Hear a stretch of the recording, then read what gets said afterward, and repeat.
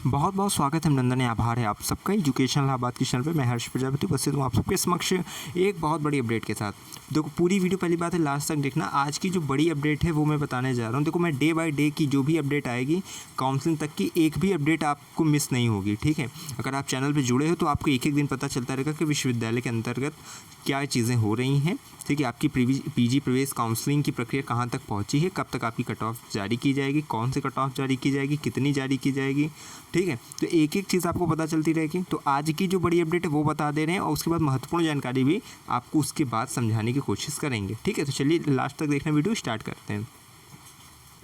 यहाँ पे देखो आप देख सकते हो इलाहाबाद विश्वविद्यालय प्रवेश समिति ने बुधवार को 42 विभागों को परास्नातक प्रवेश परीक्षा के परिणाम भेज दिए हैं। विभाग जल्द ही कट ऑफ अंक जारी कर प्रवेश के लिए ऑनलाइन काउंसलिंग की प्रक्रिया शुरू कर देंगे। संगठक कॉलेज को अगले हफ्ते प्रवेश परीक्षा के रिजल्ट भेज दिए जाएंगे।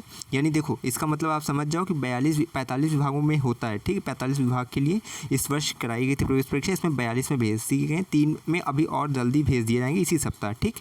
और संगठक जो महाविद्यालय उनको अगले हफ्ते ये आपको जो उनको रिजल्ट भेजे जाएंगे, उसके बाद उनकी प्रवेश प्रक्रिया देखी जाएगी। अब देखो उसकी आगे की अपडेट सुनो।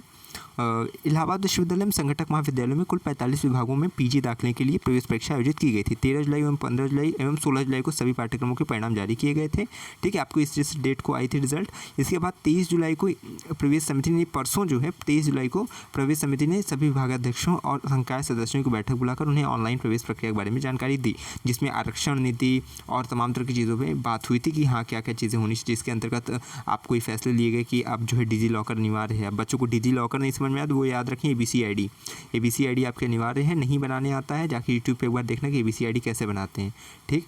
सबसे आसान है कि डिजी लॉकर वाला वही अपना डाउनलोड कर लो ऐप, और उसके बाद उसमें जो है एजुकेशन वाला एक होता है, उसको उस पर जाओ, उसके बाद एबीसी आईडी आपकी कुछ वहाँ पे डिटेल्स देने से बन जाती है। आप देख लेना, वीडियो समझ में आ जाएगा, ठीक। अब देखो आगे देखो लिखा है कि 23 जुलाई को आपकी बैठक बुलाकर यहाँ पे जानकारी दी गई और बुधवार यानी कल जो है 42 पाठ्यक्रमों के परिणाम विभागों को भेज दिए गए हैं। अब देखो समझते जाना, अभी वीडियो स्किप बिल्कुल मत करना। बाकी 3 पाठ्यक्रमों के रिजल्ट भी इसी हफ्ते विभाग को भेज दिए जाएंगे। पिछले साल की तरह इस बार भी सभी विभागों में ऑनलाइन प्रवेश लिए जाएंगे। विभागों को रिजल्ट की हार्ड कॉपी और सॉफ्ट कॉपी दोनों सेंड कर दी गई है, ठीक है। यानी PDF फॉर्मेट में और हार्ड कॉपी जो है वो भी वो जो है विभागों को सेंड कर दी गई है। ऐसे में इलाहाबाद विश्वविद्यालय में PG की प्रवेश प्रक्रिया अगस्त के तीसरे सप्ताह तक पूरी हो जाने की उम्मीद है, ठीक है। अगस्त 3rd वीक तक जो है जहाँ तक चांसेस है कि पूरी कर ली जाएगी। देखो विश्वविद्यालय में इस वर्ष अभी मैं देखो बताने वाला हूँ कि अभी क्या क्या चीज़ें आपकी चेंज होने वाली है, वो चीज़ बता दूंगा तब आपको और समझ में आएगा।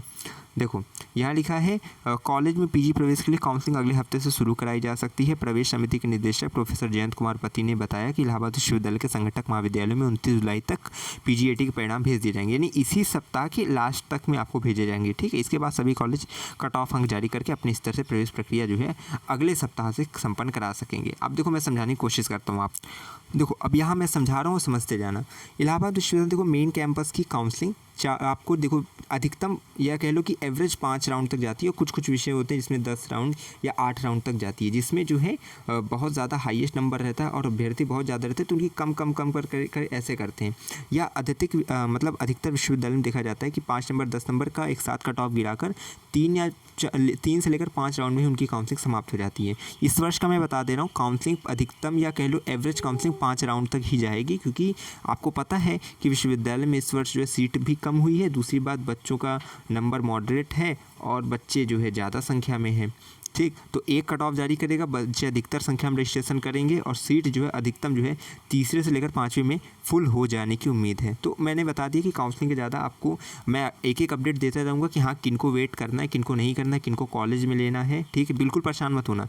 कॉलेज की सेफ स्कोर की वीडियो आज मैं पूरी कोशिश करूँगा कि अपलोड कर दूँ, और देखो एक सेपरेट वीडियो ही अपलोड कर पाऊँगा मैं, क्योंकि आप सब ने जो वोट किया उसमें अलग अलग CMP के लिए ADC के लिए कर रहे हो।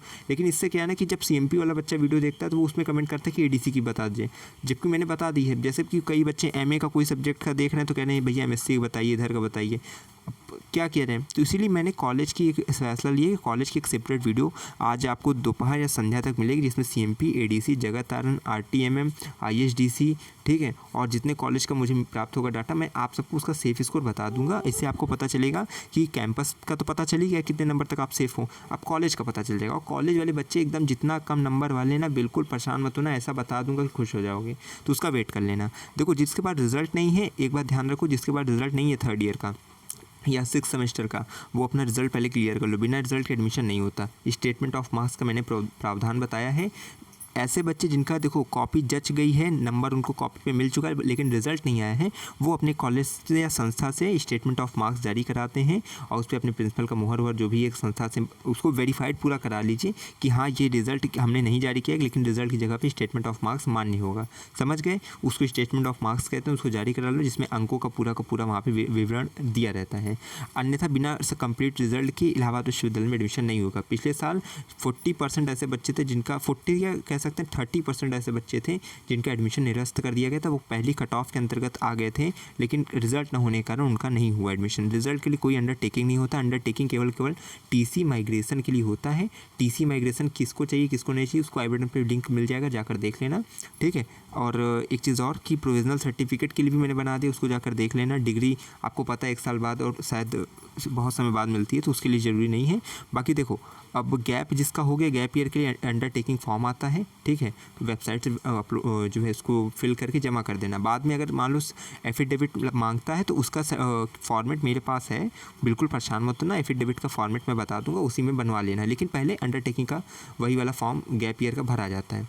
और उसके बाद एंटी रैगिंग फॉर्म मैंने बता ही दिया है कि जो है रैगिंग आप नहीं करेंगे ऐसा आपके माता पिता द्वारा शपथ पत्र उसमें लिख दिया जाता है। वो जो फॉर्म होता है उसको फिल करना पड़ता है जो वेबसाइट पे उपलब्ध होता है। और ये जब काउंसलिंग स्टार्ट होगी तो उस पर मैं बता दूंगा। ठीक है।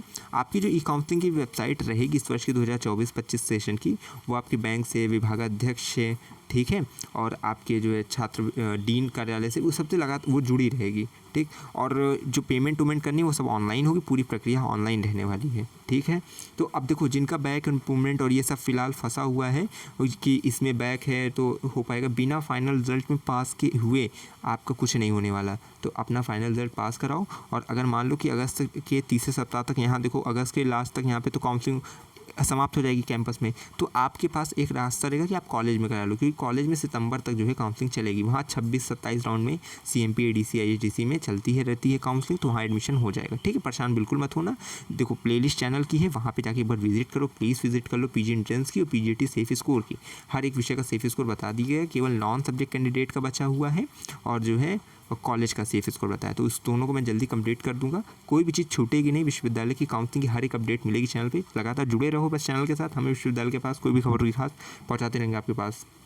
ठीक है। और डिस्क्रिप्शन में देखो कई महत्वपूर्ण वीडियोस की लिंक है। एक बार प्लीज़ मैं कह रहा हूँ डिस्क्रिप्शन भी खोल लेना, एक बार ओपन कर लेना, जो महत्वपूर्ण वीडियोस उसको देख लेना। और हाँ, डॉक्यूमेंट पूरा तैयार कर लो। डॉक्यूमेंट्स ये नहीं कि नहीं तैयार कर, 10th का 12th का UG का मार्कशीट, ठीक है, आपका जो है कास्ट सर्टिफिकेट सेंट्रल गवर्नमेंट का बनवा लो। EWS सर्टिफिकेट जो है स्टेट का बनवाओ, लेकिन उसका सेंट्रल के फॉर्मेट में बनवाओ। अब बच्चे मुझे अपना सेंट्रल का जो है EWS मत सेंड करो, मुझे कह रहे हैं कि चेक करके बताइए। एक का हो तो मैं बताऊँ, मुझे बहुत बच्चे सेंड कर रहे हैं। तो आप सब, मैंने क्राइटेरिया बता दी है और आप गूगल पे भी चेक कर लेना AWS के लिए सेंट्रल की क्राइटेरिया। ठीक है। उसके अंतर्गत आप अपना जो है चेक करो कि आपका आता है कि नहीं आता है। आ रहा है तो फिर वो ठीक है।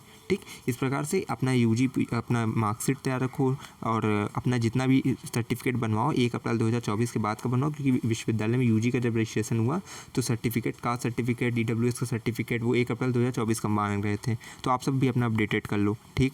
तो यहाँ कास्ट सर्टिफिकेट के बाद TC माइग्रेशन अगर हो सकता है ठीक, नहीं तो उसके लिए अंडरटेकिंग दे सकते हैं 21 दिन के बाद या 21 दिन के अंतर्गत। ठीक है। आपको उसको देना होता है, वहाँ डेट फिल करनी होती है कि आप कितने दिन में देते हो। और अंडरटेकिंग फॉर्म आपको वही वेबसाइट पे ई काउंसलिंग पे मिल जाएगा, जब आ जाएगी पोर्टल अपडेट हो जाएगा तब। ठीक। उसके बाद की चीज़ें आपको आधार कार्ड और ABC ID अनिवार्य कर दी गई। फ़ोटो अपने एक ठो नई बनवा लो, जो फ़ोटो दोगे वही आपके एडमिट आई कार्ड पर छप जाएगी, तो अच्छी फ़ोटो देना, हस्ताक्षर करके वही लगाना रहता है। ठीक। पूरी मैं काउंसलिंग की प्रक्रिया बता दिया हूँ कि 3 स्टेप में होगी। पहला रजिस्ट्रेशन और डॉक्यूमेंट अपलोडिंग रहता है, दूसरा वेरिफिकेशन एंड फीस सबमिशन होता है, और तीसरा होता है आपका एडमिशन कार्ड जनरेट कर दिया जाता है। ठीक। यानी फीस रसीद आपको मिल जाती है। इसके बाद जो लास्ट होता है, चौथा मतलब होता है, काउंसलिंग के 3 स्टेप होते हैं। एडमिशन का ये लास्ट स्टेप ये होता है कि आपको जो है कॉलेज या कैंपस जाना पड़ता है। जब आपकी अपडेट आए वो नोटिस मैं बताऊंगा सबका, विभाग का, वो कैंपस में जाओगे अपने मूल डॉक्यूमेंट्स को लेकर वहाँ पर एडमिशन कराओगे। ठीक। तो ये अभी तक की बड़ी अपडेट थी, मैंने चीज़ें समझा दी। बाकी लगातार जुड़े हमारे साथ। हमें विश्वविद्यालय के पास कोई भी खबरों की खास पहुँचाते रहेंगे आपके पास। बहुत बहुत धन्यवाद। बहुत